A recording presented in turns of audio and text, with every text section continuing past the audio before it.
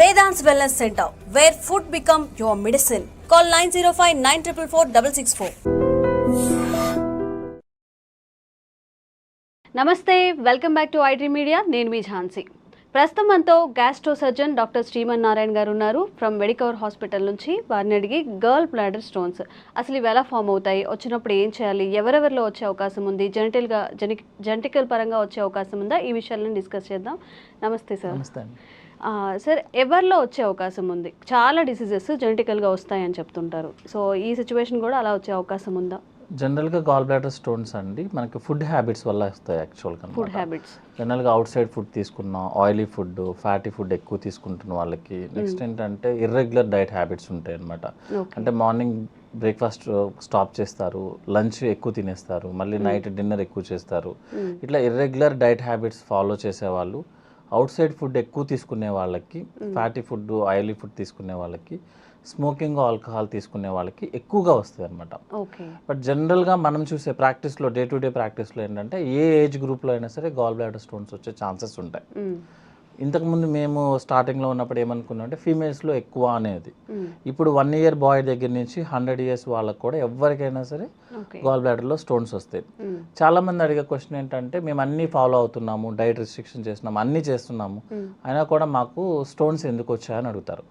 Sudden weight loss అయినా, sudden weight gain కూడా gall బ్లాడర్లో స్టోన్స్ వస్తాయి. అసలు ఏం చేస్తుంది గాల్ బ్లాడర్ అంటే, మన బాడీలో ఏ ఫంక్షన్ చేస్తుంది అంటే, ఇది కాన్సన్ట్రేటర్ అండి. యాక్చువల్గా లివర్లో జ్యూస్ మనకి రోజుకి 1 liter జ్యూస్ వస్తుంది, కానీ లివర్లో 1 ml కూడా స్టోర్ అవ్వదు. అది వచ్చి గాల్ బ్లాడర్లో స్టోర్ అవ్వాలి, కానీ గాల్ బ్లాడర్ యొక్క capacity is only 50 ml. So 1000 mlని 50 mlకి కాన్సన్ట్రేట్ చేయాలి. ఎప్పుడైతే మనం ఫుడ్ తీసుకుంటామో అందులోకి మళ్ళీ వాటర్ యాడ్ చేసుకొని అది మళ్ళీ 1 liter కింద కన్వర్ట్ చేసి పంపిస్తుంది. So is a concentrator and diluter అనమాట. సపోజ్ ఆ కాన్సన్ట్రేటర్ కనుక ఫంక్షన్ డ్యామేజ్ అయింది అనుకోండి, ఆ కాన్సన్ట్రేషన్ అయిపోయిన లిక్విడ్ అంతా పౌడర్ కింద కన్వర్ట్ అయ్యి స్టోన్స్ అయిపోతుంది అనమాట. సో ఇందులో డైట్కి ఏం సంబంధం లేదు యాక్చువల్గా, కానీ ఆ కాన్సన్ట్రేటర్ పాడవడానికి reason fatty meal, high fatty foods తీసుకున్నప్పుడు హైగా కాన్సన్ట్రేట్ చేయాల్సి వస్తుంది, హైగా డైల్యూట్ చేయాల్సి వస్తుంది. సో మీరు చూసుకుంటే ఏ మిషన్ అయినా ఒక 1000 times ఛార్జింగ్ చేస్తే ఫోన్ పాడైపోతుంది. అట్లాగే బాడీ కూడా అంతే, మీరు ఎక్కువ యూజ్ చేసే కొద్దీ ఎక్కువగా ప్రాబ్లమ్స్ వస్తాయి అనమాట. సో ఫ్యాటీ మీల్స్ తీసుకున్నప్పుడు ఈ కాన్సన్ట్రేటర్ ప్రాబ్లం వల్ల స్టోన్స్ వస్తాయి. సిమ్టమ్స్ ఎలా ఉంటాయి? సిమ్టమ్స్ జనరల్గా అండి, యాక్చువల్లీ మన ఫుడ్ తిన్న తర్వాత ఒక 30 minutes లోపల రైట్ సైడ్ రిబ్స్ కింద పెయిన్ వస్తుంది, లైక్ స్క్వీజింగ్, లోపల ఎవరో మెలి పెడుతున్నట్టు పెయిన్ వస్తుంది అనమాట. అది ఓన్లీ ఒక 5 to 10 minutes ఉంటుంది, తర్వాత మళ్ళీ ఆటోమేటిక్గా తగ్గిపోతుంది. మళ్ళీ ఒక 30-40 minutes తర్వాత మళ్ళీ స్టార్ట్ అవుతుంది అనమాట. అది రైట్ సైడ్ రిబ్స్ కింద వస్తుంది, బికాజ్ ఆ ఏరియాలోనే ఉండేదే గాల్ బ్లాడర్ అనమాట.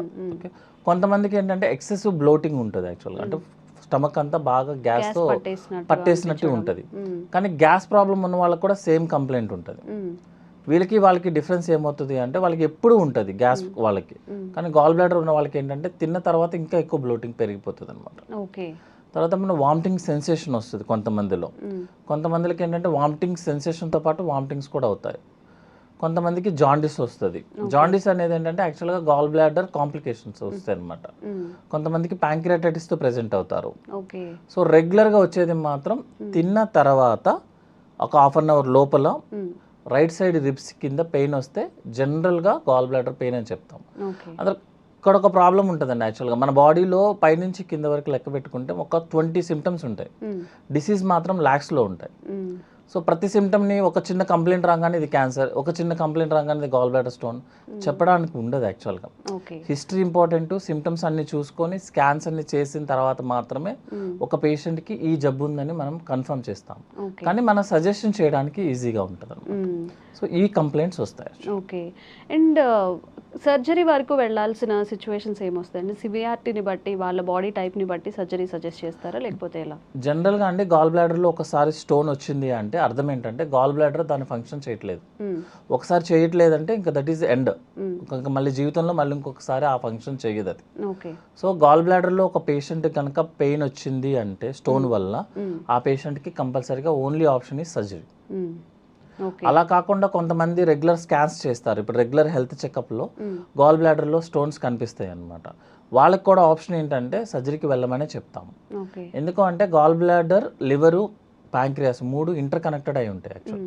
సో ఒక ఏరియాలో స్టోన్ వస్తే ఇంకొక ఏరియాకి మైగ్రేట్ అవుతుంది. సో చిన్న స్టోన్ ఉన్నా పెద్ద స్టోన్ ఉన్నా కంప్లైంట్ ఉన్నా లేకపోయినా పేషెంట్కి కనుక అల్ట్రాసౌండ్లో కానీ ఎక్కడైనా సరే గాల్ బ్లాడర్లో స్టోన్ ఉంది అంటే surgery is the first option and last option also. So gall bladder stone ఉన్న వాళ్ళు మెడిసిన్స్తో తగ్గిస్తామని ట్రై చేయకూడదు యాక్చువల్లీ.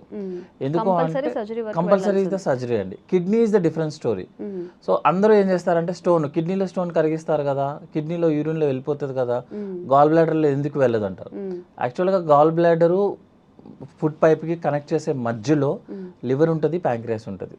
సో ఒకవేళ గాల్ బ్లాడర్ స్టోన్ వచ్చి లివర్లో పడితే జాండీస్ వస్తుంది, గాల్ బ్లాడర్ స్టోన్ వచ్చి ప్యాంక్రియాస్ని టచ్ చేస్తే ప్యాంక్రియాటైటిస్ వస్తుంది. So kidney stone is completely different from the gall bladder stones.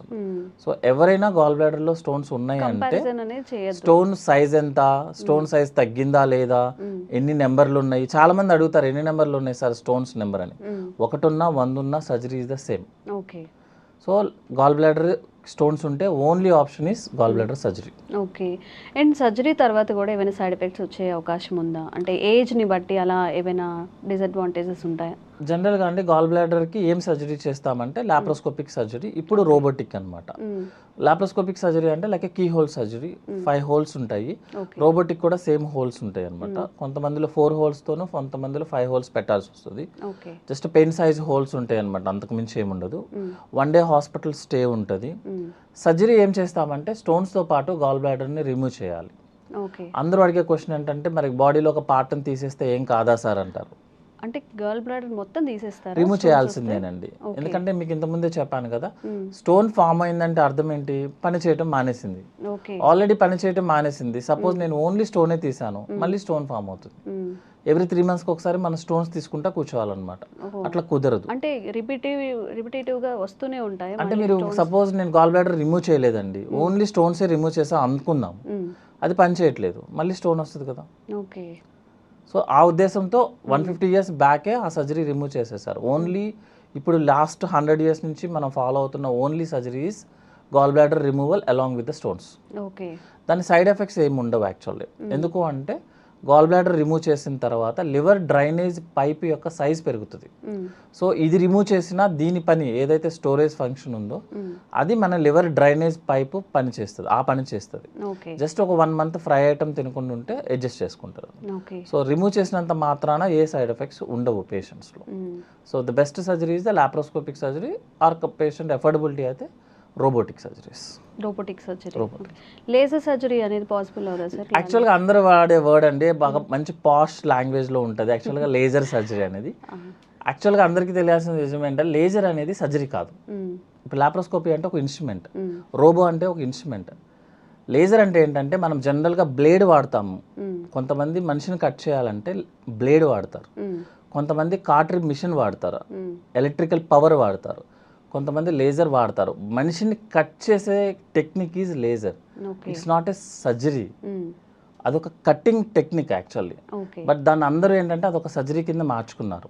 అవి జనరల్గా ఎక్కడ పనిచేస్తుంది అంటే ఫిస్టులాలోనూ అక్కడ పనిచేస్తుంది జనరల్గా. ఇట్స్ నాట్ ఏ ఎక్కడ పడితే అక్కడ చేయడం కుదరదు యాక్చువల్గా. సో లేజర్ అనేది cutting technology, it's not a surgery. Okay.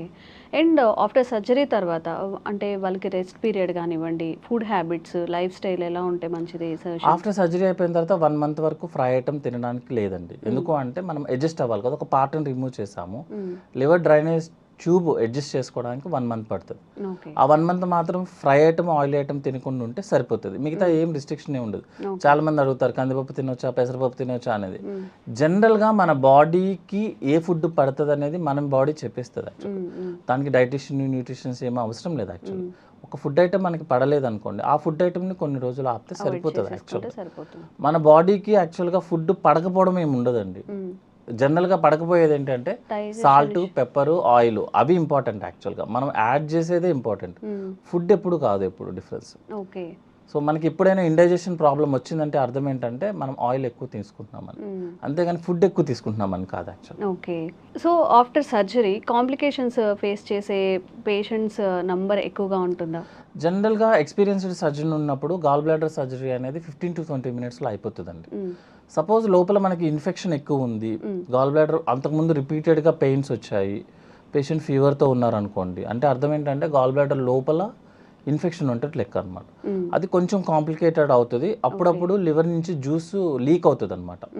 దాన్ని ఏమంటారంటే కాంప్లికేషన్ కింద కాదు, యాక్చువల్గా it's one of the side effect కింద అనమాట. దానికి సింపుల్ మెజర్స్తో సరిపోతుందండి. సర్జరీ పెట్టే టైంలో చేసే టైంలోనే మనం చూప్ పెడతాం అనమాట.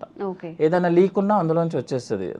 ఇంకోటి ఏంటంటే సర్జరీ కాంప్లికేషన్ లాగా చూడకుండా ఒక సైడ్ ఎఫెక్ట్, జస్ట్ ఒక ఎఫెక్ట్ లాగా చూస్తే మన బాడీ ఏంటంటే కొన్ని రోజులు మనం టైం ఇస్తే బాడీ ఆటోమేటిక్గా సీల్ ఆఫ్ చేసుకుంటుంది దేన్నైనా సరే. సో సర్జరీలో కాంప్లికేషన్స్ కాదు, మనం కాంప్లికేట్ అయిన కేసునే సర్జరీ చేసినట్టు లెక్క. యాక్చువల్లీ సర్జరీ వల్ల ఎప్పుడు కాంప్లికేషన్స్ రావు, మనం కాంప్లికేటెడ్ కేసుని మనం చేసినప్పుడు ఇష్యూస్ వస్తాయి. లాంగ్ టైం వాళ్ళు సర్జరీ వరకు రాకపోవడం, డాక్టర్ సజెషన్స్ తీసుకోకపోవడము, నెగ్లెక్ట్ చేసేసి కొంతమంది ఏం చేస్తారు అంటే నార్మల్ అంటే ఎవరైతే సర్జరీ చేయరో వాళ్ళ దగ్గరికి వెళ్ళి ఒపీనియన్ తీసుకుంటారు. జనరల్గా వాళ్ళు చేయరు కాబట్టి ఏ ఒపీనియన్ ప్రకారం ఏం చెప్తారు, అవసరం లేదులే ఏం కాదులే అని చెప్తారు. అలా నెగ్లెక్ట్ చేస్తూ ఫైనల్గా మీరు సర్జరీలోకి ల్యాండ్ అవుతారు. సివియారిటీ పెంచుకుంటాం అనమాట, కాంప్లికేషన్స్ అనేవి వస్తూ ఉంటాయి. ఓకే అండి, థ్యాంక్ యూ.